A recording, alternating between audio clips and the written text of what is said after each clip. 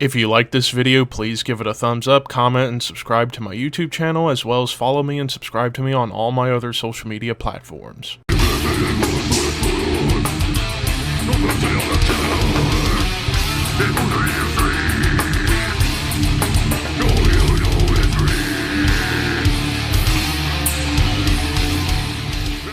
What's up, Thrashers, and welcome back once again to the Thrash Maniac 99 YouTube channel. And yes, a bit of a different camera setting for this video. I decided I wanted to try and take this approach for the CD collection updates, and that's just have the camera behind the computer monitor with my good microphone, not the microphone I use now for my album reviews and rankings and such. So I'm trying out the Elgato, what am I talking about? The Blue Yeti again with the GoPro. And yes, it is time for another CD collection update. This is actually going to be the first of a few updates that are going to be coming out in the next month or so. Because I, pretty much like I always do, I went ham on some spending with some albums, because I ended up finding some like bundle deals, as well as like getting complete eras of a band's discography, or in another band's case, a whole discography of studio full-lengths.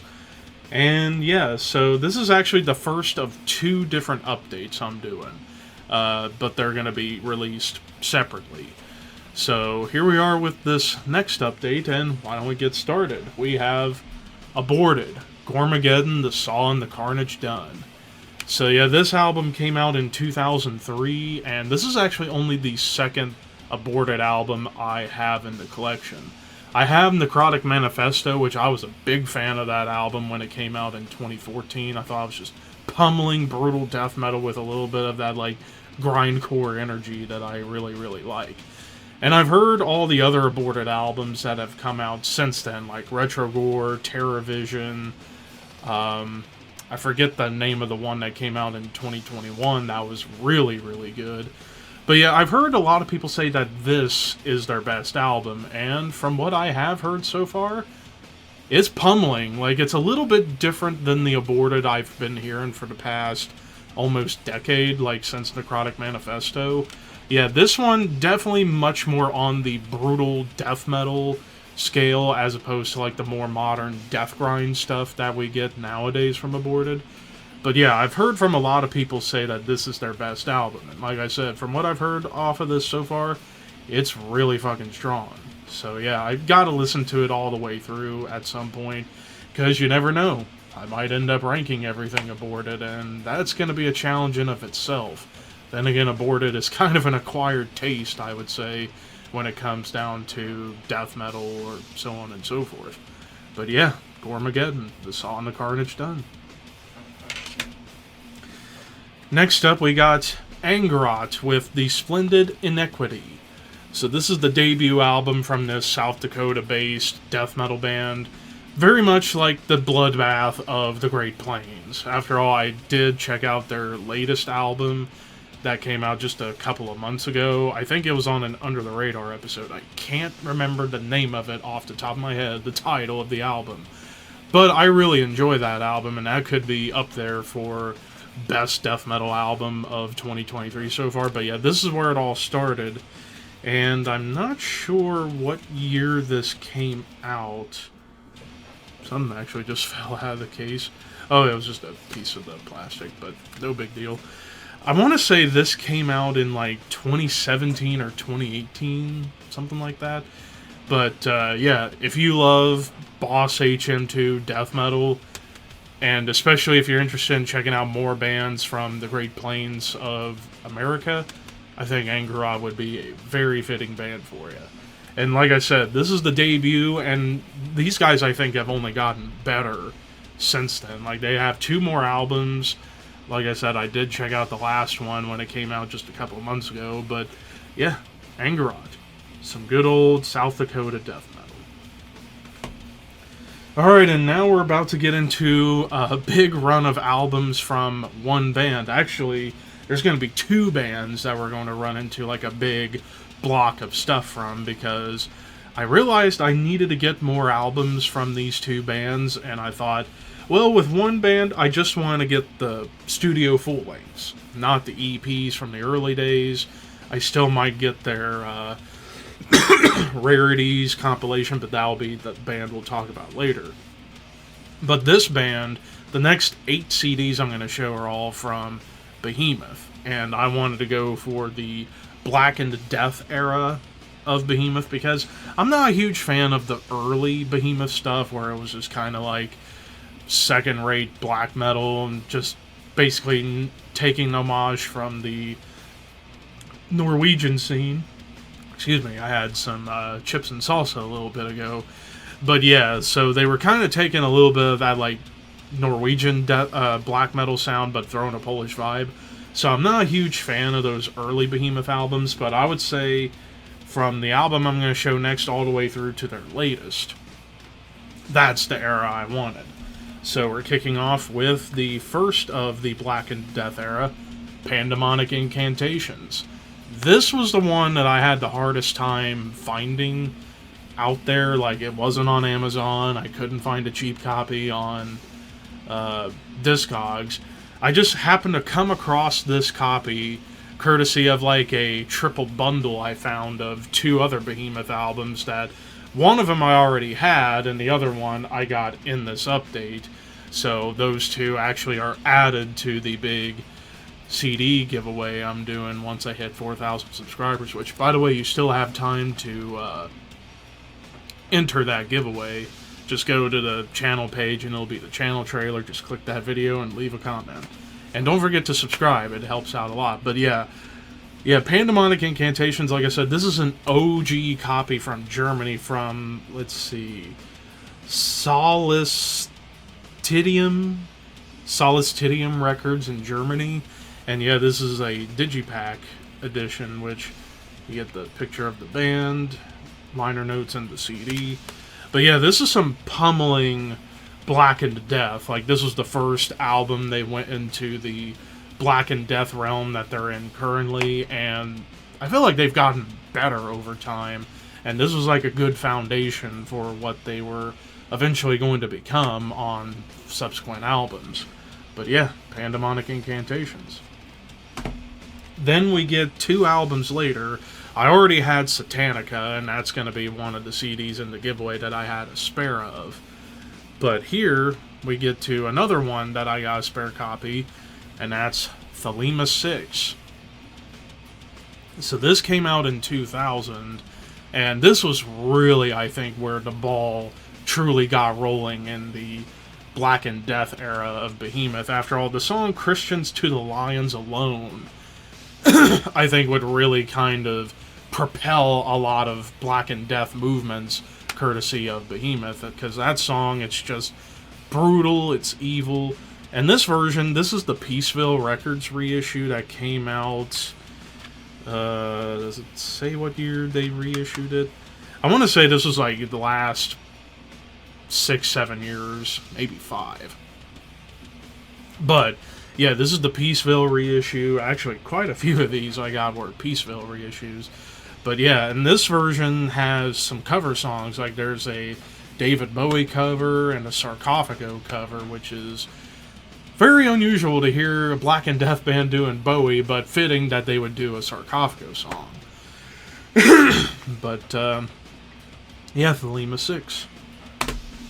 Then we get the follow-up in another Peaceville reissue, and that is Zos Kia Cultus, Here and Beyond. Yeah, definitely where things got a little more brutal and a little more evil, but at the same time, a little bit catchier, I would say. Granted, I've not listened to this album all the way through, but from what I have heard, of course, it's definitely kind of pushing into, like, bringing in more melody and a little bit more, like, cool, brutal hooks. Like death metal hooks, not so much black metal hooks. But yeah, Zos Kia Cultus. And now we get to one that I think a lot of people would consider the best album. For me, that's still the Satanist, but this one probably up there. Demigod. This is the 2005 Century Media Olympic Recordings reissue of the original album from 2004 on Regain Records. And of course, this album, Conquer All, the title track, Slaves Shall Serve, Towards Babylon. Plus having some guest stars, like I think Peter from Vader pops up on this album, and I know Carl Sanders of Nile shows up on this album. But yeah, Demigod, just an absolute mammoth monster of a Behemoth album. Like I said, a lot of people would consider this their best album. Like I said, for me, that's still The Satanist. But this, if eventually I'm going to rank Behemoth, this will probably be up there in the rankings.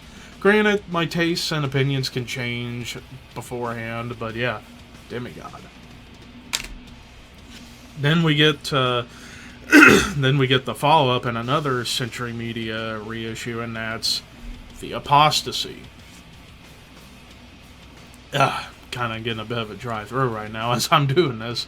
But I remember the first song I heard from Behemoth, I believe, was At the Left Hand of God, which was on this album, and I thought, man, this sounds just brutal and sinister, and that's what kind of got me into checking out more Behemoth, and this was years ago, like, I want to say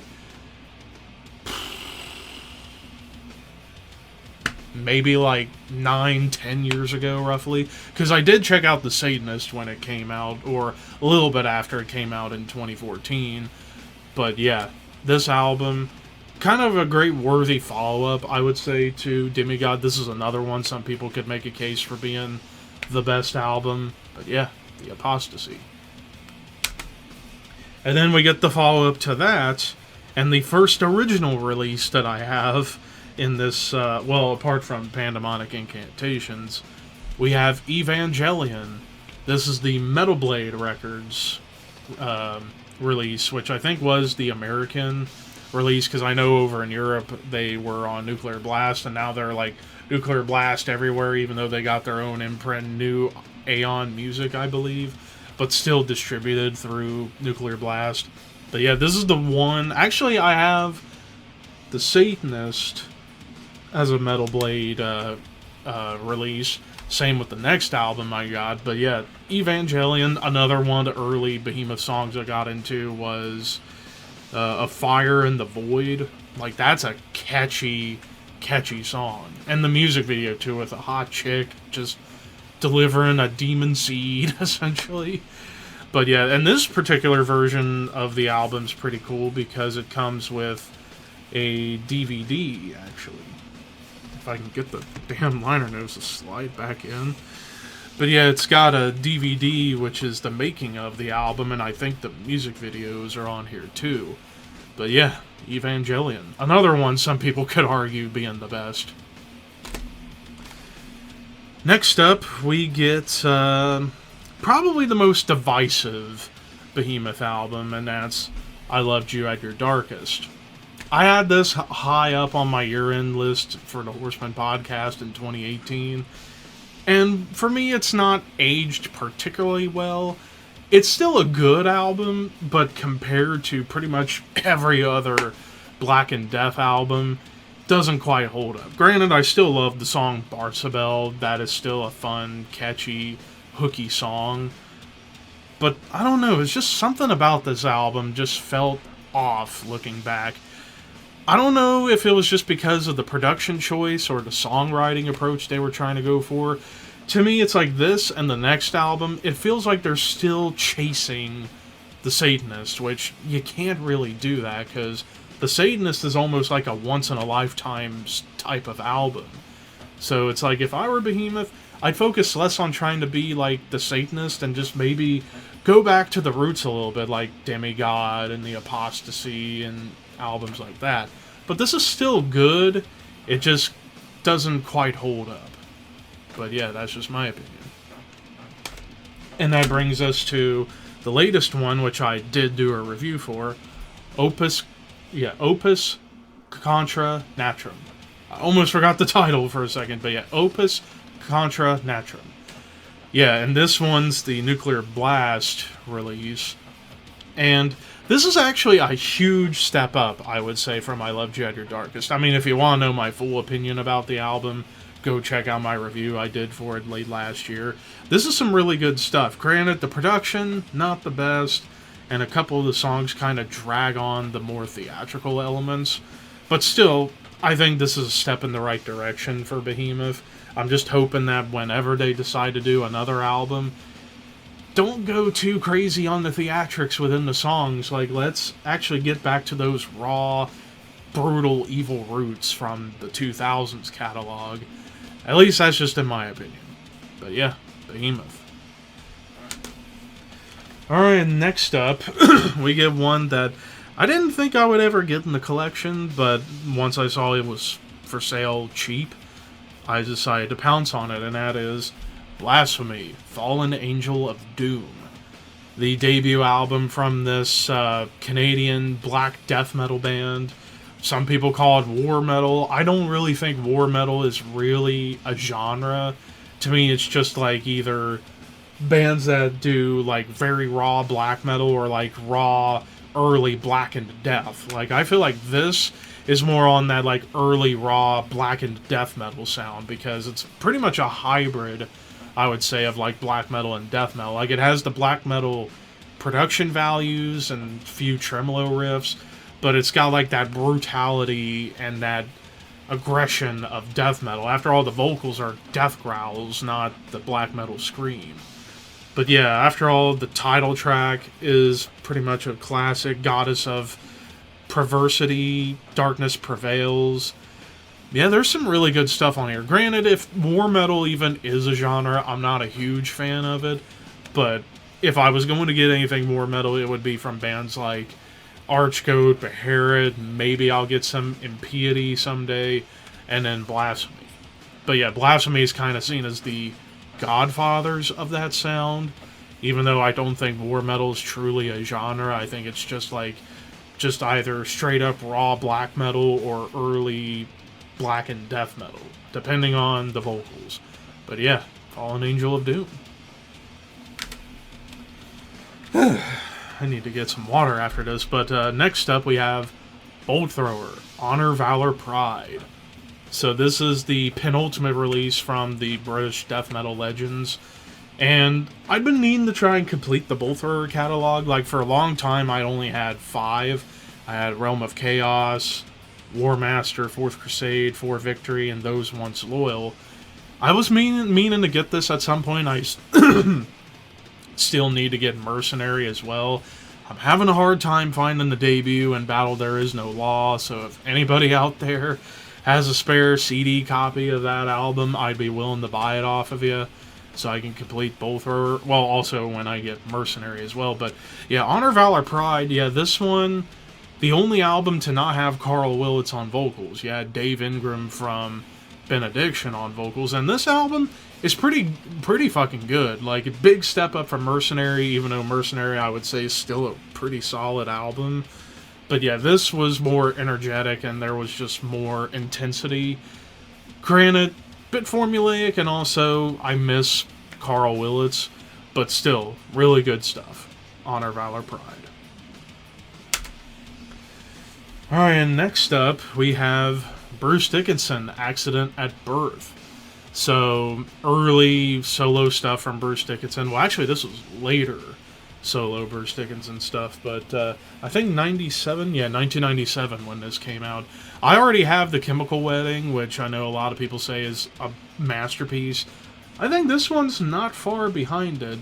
Like, after all, Bruce's solo stuff, I think, is pretty underrated. Like, I remember one of the first Bruce solo things I ever heard was him and the Bruce solo band doing a cover of the Scorpions song The Zoo on an ECW compilation, and I thought, that's such a kick-ass cover. But yeah, I already have The Chemical Wedding, now I have Accident at Birth, so now I pretty much have both of the classic Bruce Dickinson solo albums, which I'm a big Bruce fan, and I'm very proud to have this in the collection. But yeah, Accident at Birth. Alright, and now the next 7 we get into pretty much completing the full discography, studio full-length discography at least, of the one and only Cattle Decapitation. I don't plan to get their early EPs, Home of War and Human Jerky, because I think those are pretty bad. But the studio full lengths, I definitely wanted to get. So we got first the debut album, To Serve Man, 2002. Yeah, definitely listening to this. Kind of humble beginnings. It's still a solid debut. It's just the production was kind of off, and also like Travis's vocals weren't quite defined by this point. It almost felt like he was trying to outdo Chris Barnes, which even Travis will admit that when he started doing these vocals, he was just trying to outdo Barnes in terms of how low he can go. So yeah, kind of humble beginnings, but still a solid debut nonetheless. But basically I got it for the completionist's sake, but yeah, To Serve Man. Then we get the follow-up, Humanure, which, big improvement. Granted, still not quite on the standard that the later albums would have. But yeah, songs like Lips and Assholes, that's a weird title. The Earthling, Chummified, I think that's a pretty clever one. Bukkake Tsunami, that, I'm pretty sure I've seen something like that on the internet probably somewhere.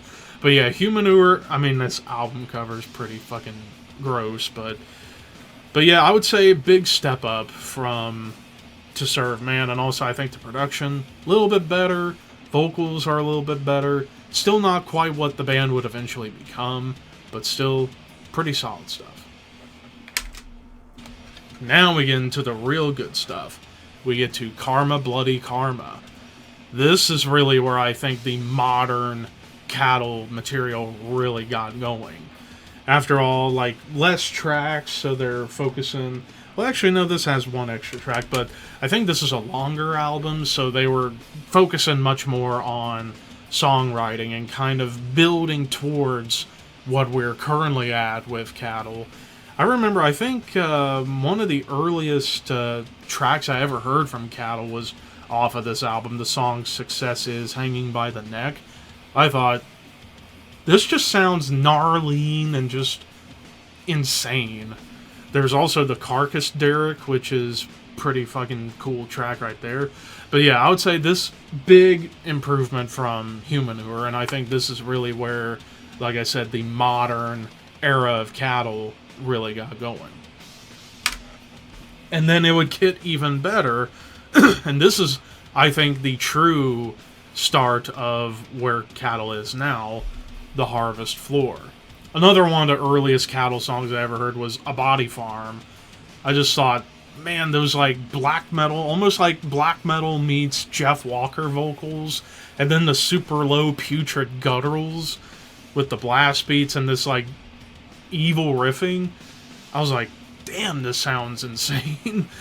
And then, of course, you got some other ones like Into the Public Bath, the title track, Tooth Enamel and Concrete. I think this was really the beginning of them just flat out hating humanity. And it would only get more hateful going forward after this. But yeah, The Harvest Floor. Then we get into Monolith of Inhumanity. After all, the big song everybody should know about with this album is Forced Gender Reassignment, which, oh my god, that music video still... what in the fuck? But, yeah, one of the most brutal songs ever written in metal. But also, Kingdom of Tyrants is a fucking great one. The Monolith, Your Disposal. Just top to bottom, and really, like, pretty much the whole 2010s run of Cattle Decap that began with this was just like a run of brilliance. And this was kind of the beginning of that more brilliance of Cattle Decap. Whereas the previous two, Harvest Floor and Karma.Bloody.Karma, got the ball rolling, but this really put them on the map, I would say. But yeah, Monolith of Inhumanity.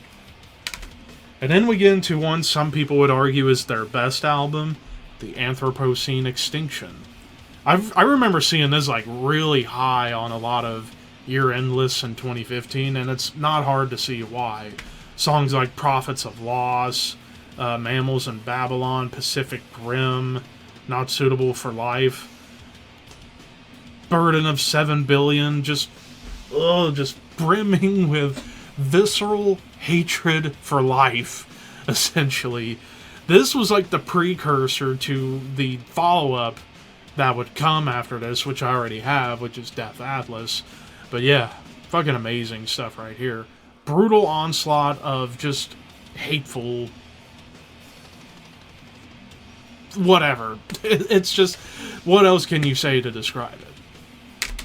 And then finally for Cattle, we get the last one, Terrasite, which I'll just keep this brief because I did a review of this album already on the channel. So if you want to know my full opinion about this, check out that review. But yeah, Terrasite. Next up we have Crowbar, Oddfellows Rest. So yeah, this, I've seen a lot of people say the best Crowbar album, and I can understand why. Planets Collide alone, it's just dark, heavy, melodic, filled with like kind of a little bit of like a southern rock soul to it. But really the whole album is just monumental for sludge metal. Granted, I'm not the biggest fan of sludge metal. It has to be done right. And what better band to represent sludge than one of the pioneers of the New Orleans sound, Crowbar. So, yeah, Oddfellows Rest. And then finally, to conclude this update, we have Cynic, Traced in Air. I always just had Focus for a long time, and I think that is still one of the best prog metal or tech death debuts of all time. And yeah, 15 years later we get this, and fucking worthy follow-up. I know some people would say this is better than Focus. I still have a little bit more attachment with Focus, but this, it could change on a whim. I could easily say this is better than Focus. I could say Focus is better. These two are like a perfect pair, almost like Ride the Lightning and Master of Puppets, I would say. But, yeah, rest in peace, Sean Reinert and Sean Malone. You guys are sorely missed. Paul Masvidal, the Lone Ranger, still kicking and still pumping out music. But, yeah, Cynic, Traced in Air. And that knocks out yet another update. Man, and this is only half of an update. Like, I'm going to do another update here in a few weeks, showcasing everything else that I've gotten. Well, most of everything I've gotten. Other than that update, I am actually... wow, my voice is going away. I'm actually working on another stack as we speak. I do have some stuff on the way, and of course, still picking up stuff. And eventually, I'm going to have a brand new shelf and probably a brand new setup for everything going forward in terms of recording and such. But yeah, this was a fun update to go through. Lots of Behemoth, lots of Cattle Decap. That's because I'm a bit of a completionist with those bands. But what was your favorite album out of all the ones that I showcased in this update? Let me know in the comments below. And until next time, keep your horns high and your dreams wet.